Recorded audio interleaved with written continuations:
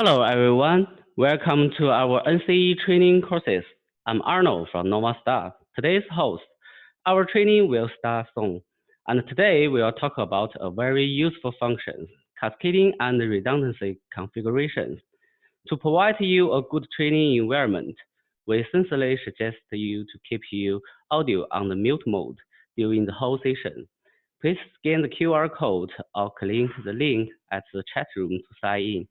If you can't click the link, please copy it and paste it to your browser. Please feel free to leave your questions that are related to today's topic on the chat room. We will reply to you later on the Q&A sessions. If you have another questions that are not about today's contents, please feel free to send an email to nce@novastar.tech.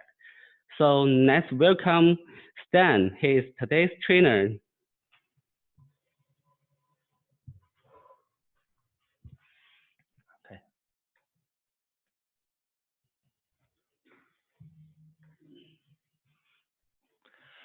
Okay, hello everyone. I'm Stan from NovaStar, and good morning and also good afternoon to everyone.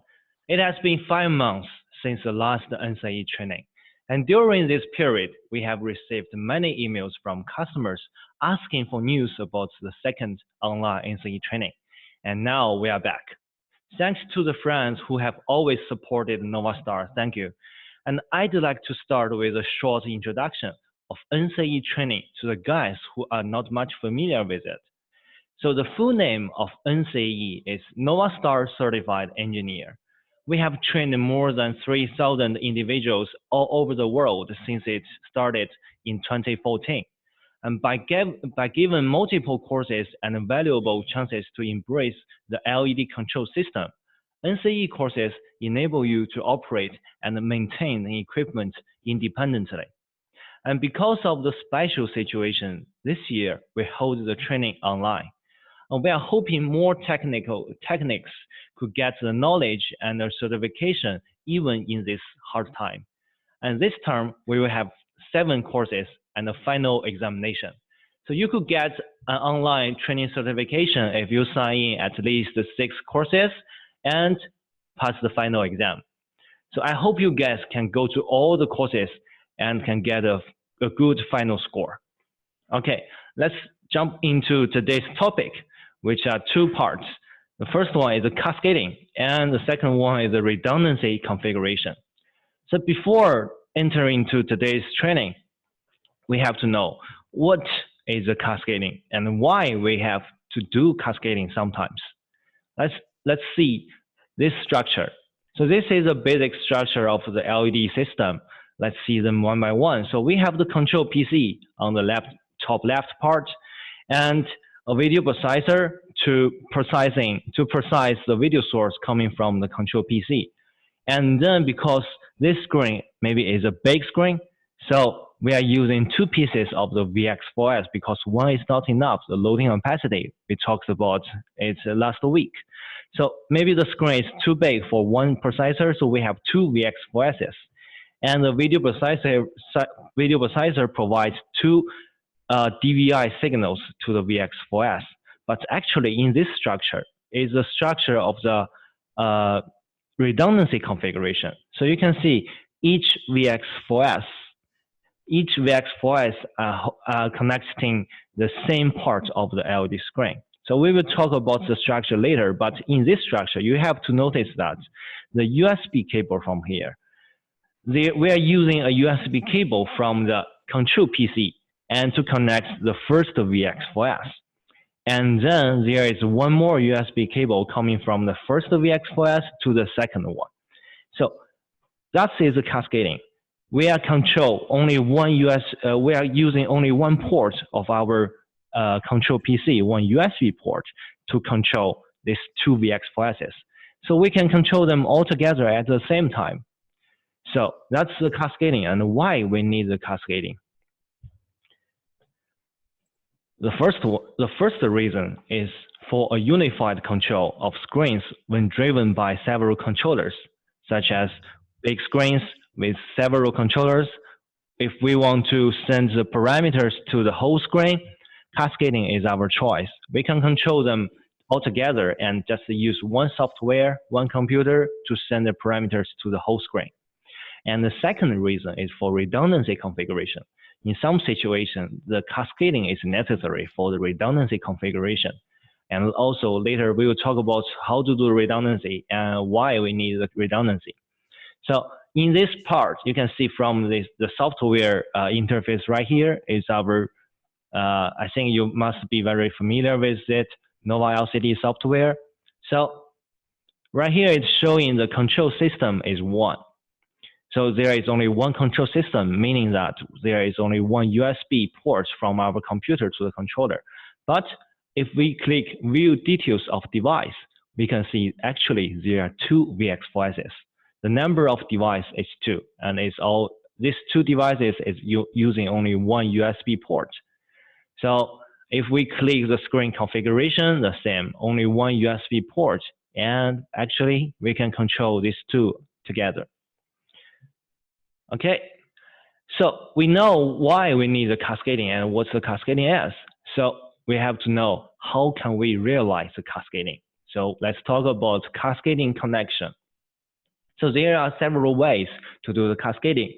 The first way is that when we are using the controller name is MSD300, MSD600, so the cascading will be a little bit different. If you have these 2 cards as a controller, we are using this cable. This is a 5-pin flat cable. So this 5-pin flat cable is connecting the J18 and J16 on the card to do the cascading. So from the picture, you can see that on the left part, that is J18, and there is an out. There is an out icon. It's meaning that this is the UART out, so it's a cascading out. And the other one is a G6. G6, there is an in, so it is a cascading in. So it's meaning that the left one should be the first controller to connect with our computer by the USB cable. And if we have the second MSD300, we need to use the flat cable to connect the left one, J18, to the second one, the J6. So after connection like that, we can finish the cascading. So we will get these 2 cards cascaded. So this is the first way when we are using the MSD300 and the MSD600. So the second way is a little bit different. The M Control 300 and M Control 600. So I think you must have some products like that because it's our we already have this product for like 7 or 6 years. So for these controllers, we can also do the cascading. So remember that every controller can do cascading, but just in different ways. So for the M Control 300 and 600, we are using this cable. Actually, this cable is also a 5-pin cable, but the shape is different. So on the box, we can find UART out and also UART in.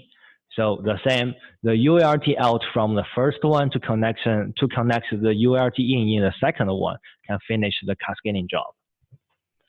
Okay, so that's the way for the M Control 300 and M Control 600. So it's a controller with one more box than the MSD 300 and the MSD 600. Okay, let's see the third one, the third way, M Control 660. This is a cascading for the M Control 660. I know this controller is very popular in the global market. So for this controller, we also need to notice that the cascading way is also different. So on the back panel of the 660, we can see there is a UART in and UART out as well, but the interface is not the 5-pin interface anymore. It is an Ethernet cable.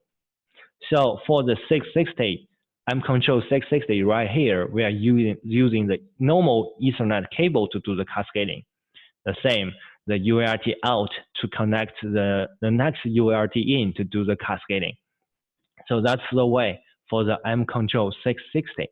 So far we already talked about the 3 ways for several controllers. So let's see the last way. The fourth way is the cascading of all the other controllers. So that's the controllers for in our global market. So all these controllers actually are newer than the other the previous controllers, like the M Control R5, M Control 4K, Pro HD, Pro UHD, Pro UHD Junior VX4S or something like that. So all the controllers right here, when you look at the back panel of the controller, you will see a USB, two USB interface. So it's indicating that one is in and the other one is out. So it means that for these controllers, we don't use a 5-pin cable. We don't use the Ethernet cable to do the cascading anymore. We just use the normal USB cable to do the cascading. So the same USB cable, we connect our computer to our controller. We just use one more cable like that to do the cascading. So that's the way for the other controllers. Okay, but there is a note you need to pay attention to. The cascading won't work if the PC connects the controller by the Ethernet cable. So because for these controllers, we support not only the USB cable to control, but also the Ethernet cable to control. So considering the distance, maybe in some situation, you will choose an Ethernet cable to connect your PC and the controller rather than the USB cable. But you have to know that if you are using the Ethernet cable between your computer and the controller cannot to do the cascading with the rest of them. So that's very important. So I will see in this way, if you are using one Ethernet cable with a controller, you have to use Ethernet cable to the other controllers, not the cascading way. So you have to set different IP address for different controllers, like in a router, that's also fine, but no more cascading if you are using the Ethernet cable. So if you want to do the cascading with all the controllers, you have to make sure every cable in the loop is USB cable. You have to know that. Okay, that's so much for the cascading ways, cascading connections.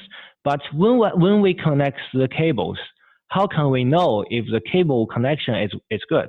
How can we know the cascading is working? So the way to check if the cascading works is in the software.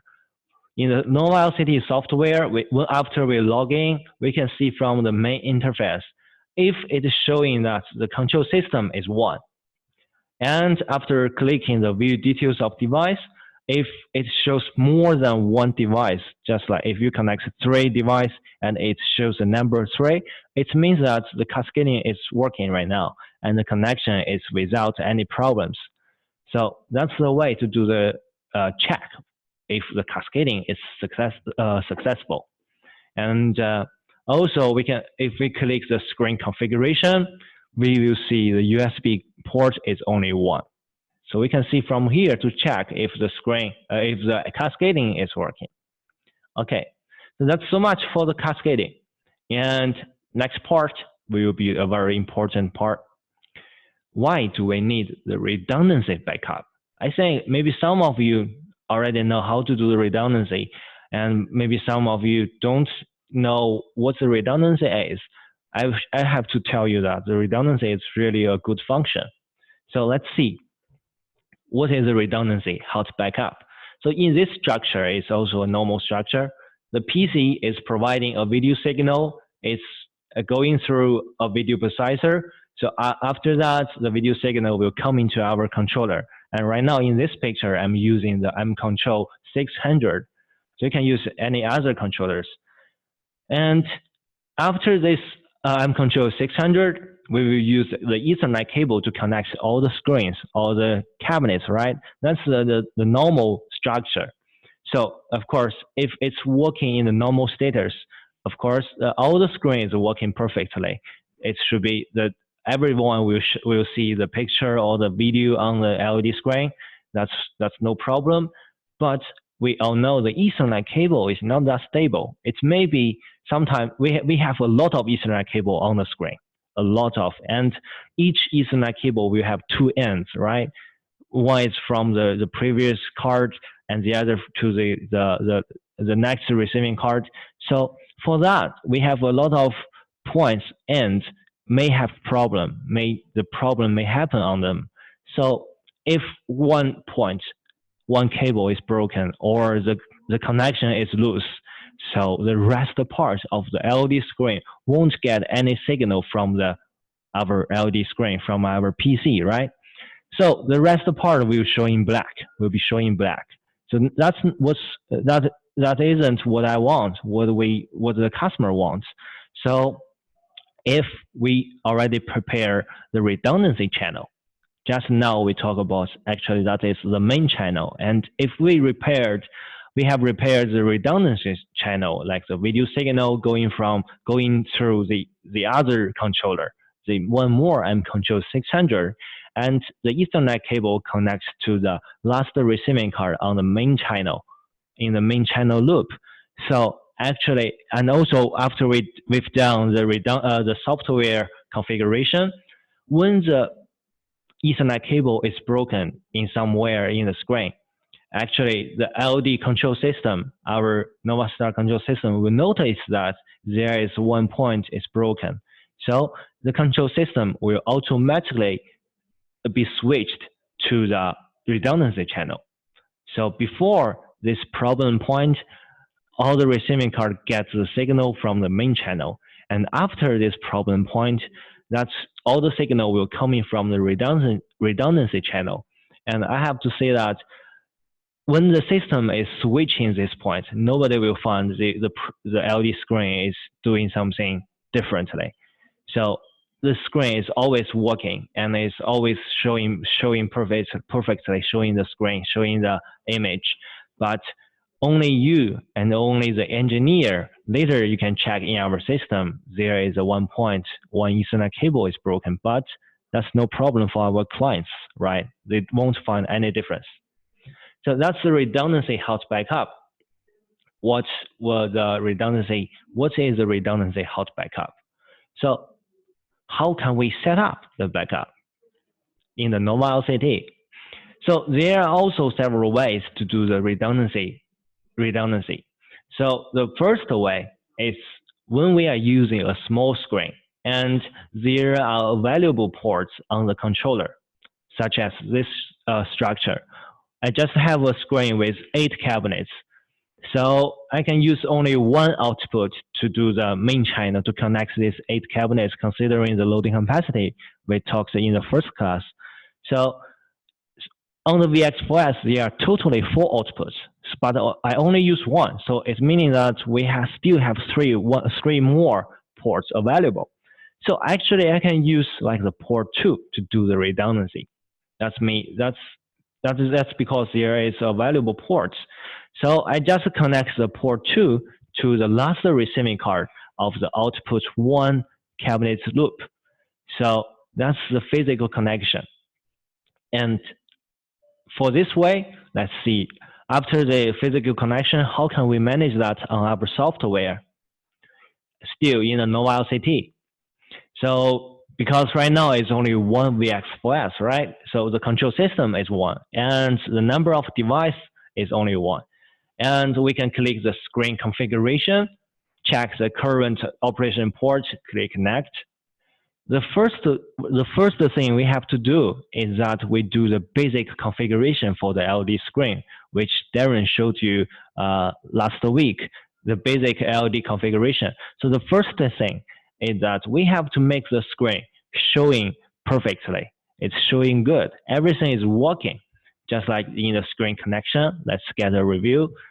Choose the columns on the rows of your LED screen. Choose the Ethernet port number. Enter the receiving card size, the pixel. Right now, I'm showing the P3.9 cabinet, which resolution is 128 by 128. So, and then I connect. The next step 4 is to connect all the cabinets in the real way. So it starts from this cabinet. So because I'm using port 1 to connect the screen, and then click send to hardware and click save. So this is the basic configuration. We need to make sure the LED screen is working. to finish the basic configuration, and then let's check what we need to do for the redundancy. Let's go back to the sending card part. Sending card side, there will be a redundancy configuration area. So in this situation, we just click Add, and a small window will pop up. So in this small window, we need to enter the corresponding relationship between the primary port and the backup port. So for this structure, I'm using only one controller, and the port 1 is a primary and the port 2 is a backup. So let's see. The first, we have to enter the number for the top left blank, number 1, and also the top right blank, number 1, because those are the serial number of the controller. So we have to identify whether there is a primary controller or the backup controller. But in this structure, we only have one controller, so the number should be all same, it's 1. But the third blank and the fourth blank will be different. So the bottom left is the serial number of the primary port, so which we are using port 1. And the last blank is the number of the backup port. So the backup port, I'm using number 2. I'm also connecting the Ethernet cable from port 2 to the last receiving card. So we have to change the number in the last blank too. So after finishing this, we click Add. After clicking Add, we can click Close, because we are using only one relationship, only port 1, port 2. So if we have more ports to waiting for the configuration, we have port 3 and port 4, port 5, port 6. We just, after we clicking Add, and we change the number right here and click Add again. So add the relationship for each one by one right here. Because right now I'm just showing one port, one relationship. After I click Add, we can close the small window, and the software will show you the relationship we just set.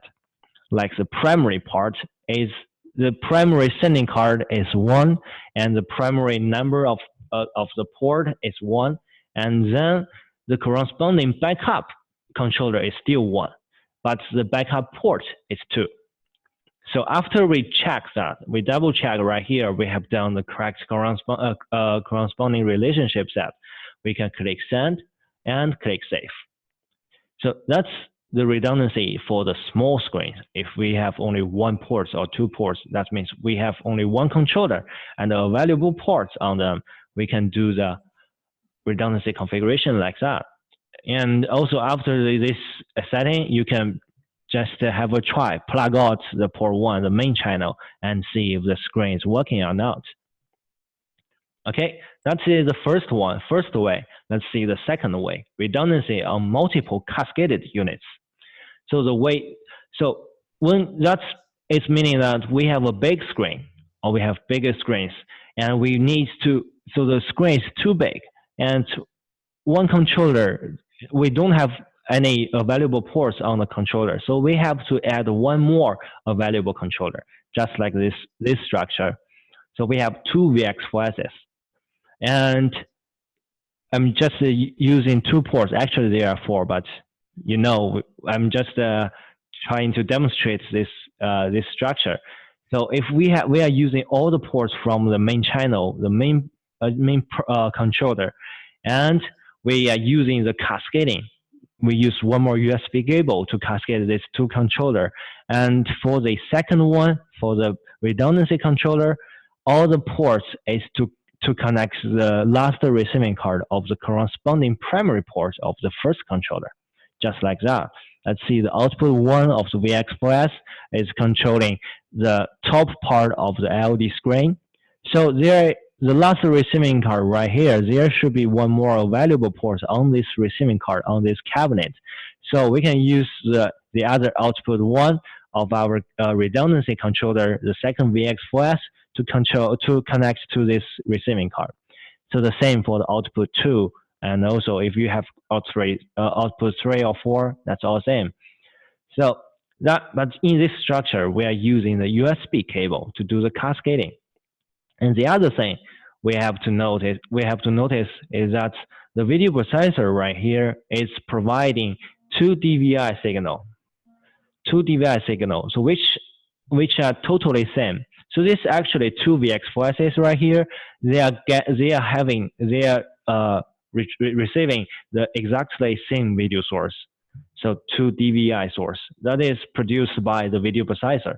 As well, if you don't have any video processor, you can use like an HDMI splitter, DVI splitter, which just can keep the only the control PC splits the DVI from one.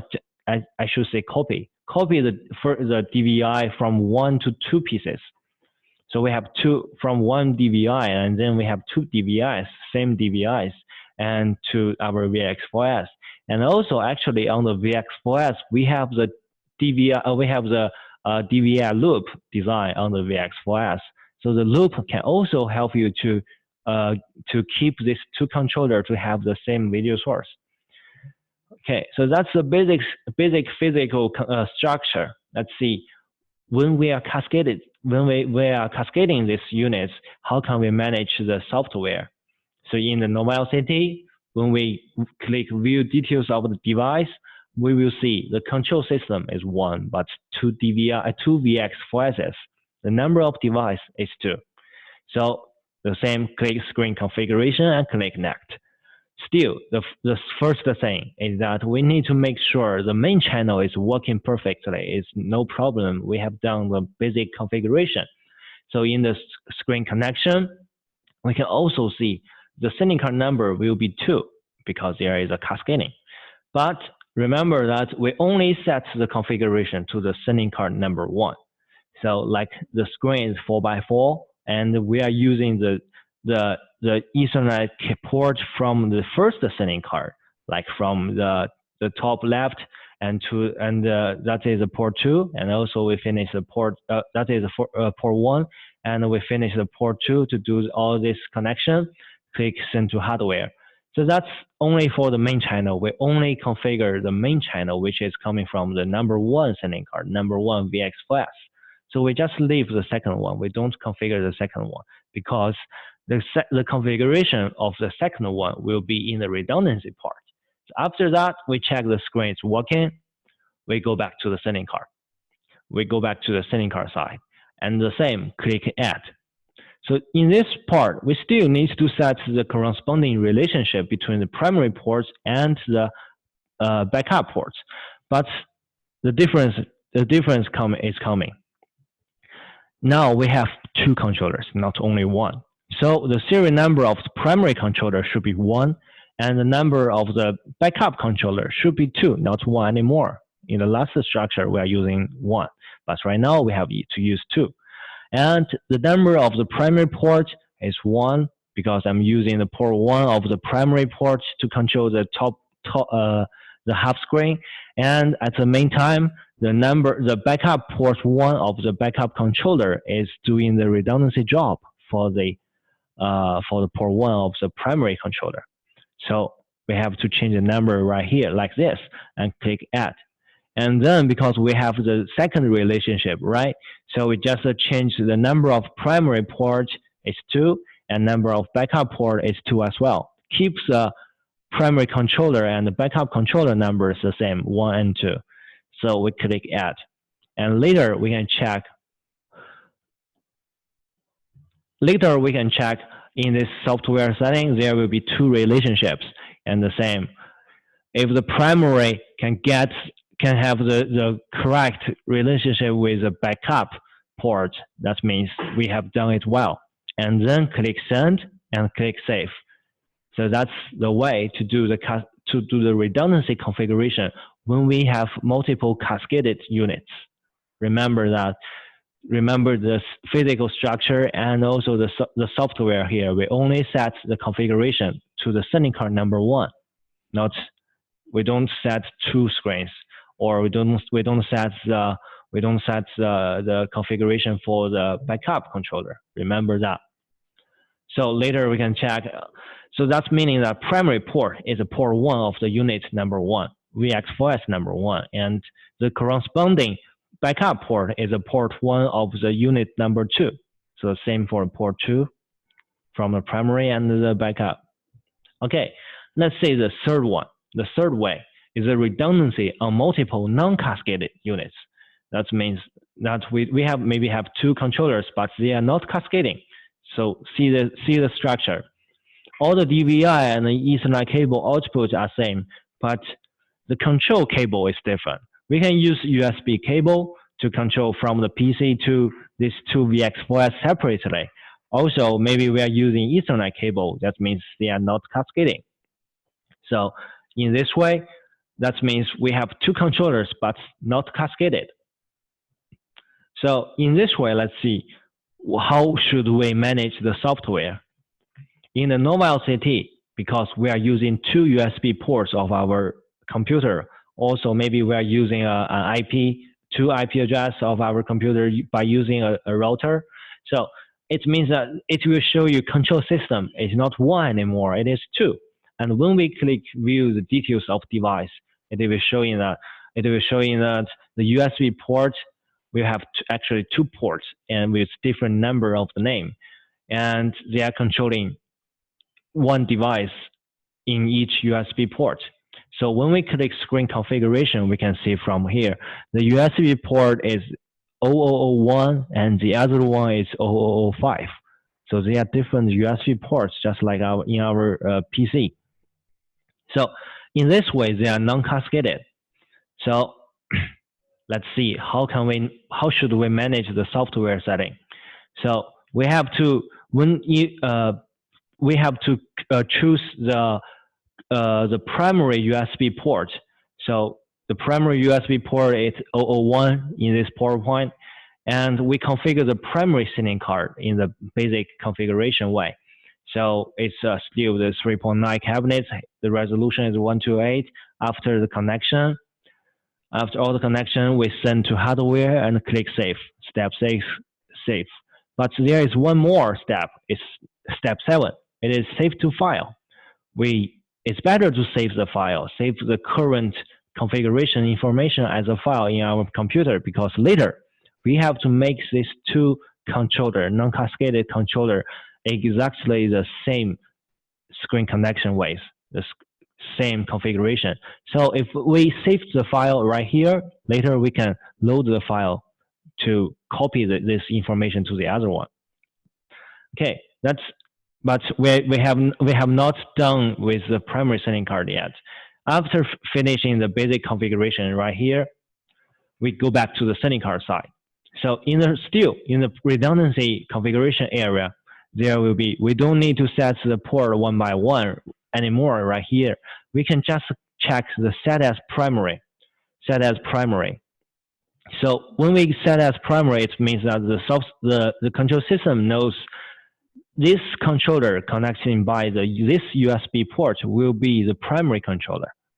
So, and then we just click save. So that's done for the primary SIM card.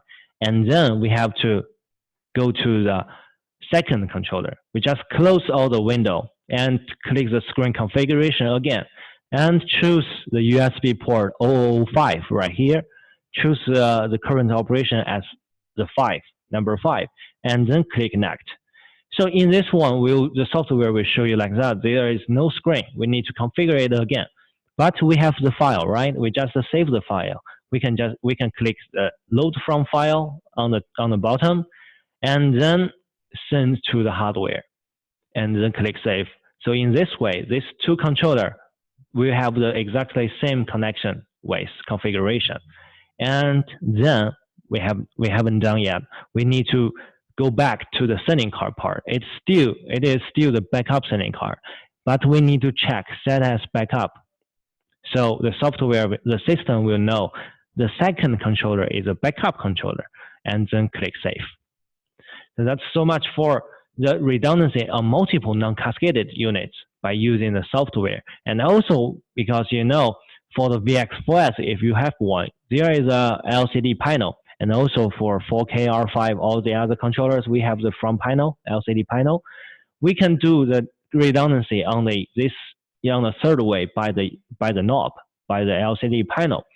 So after I will demonstrate the VX4S right here. We can choose the advanced setting, choose the redundancy, and set the controller as primary or as backup.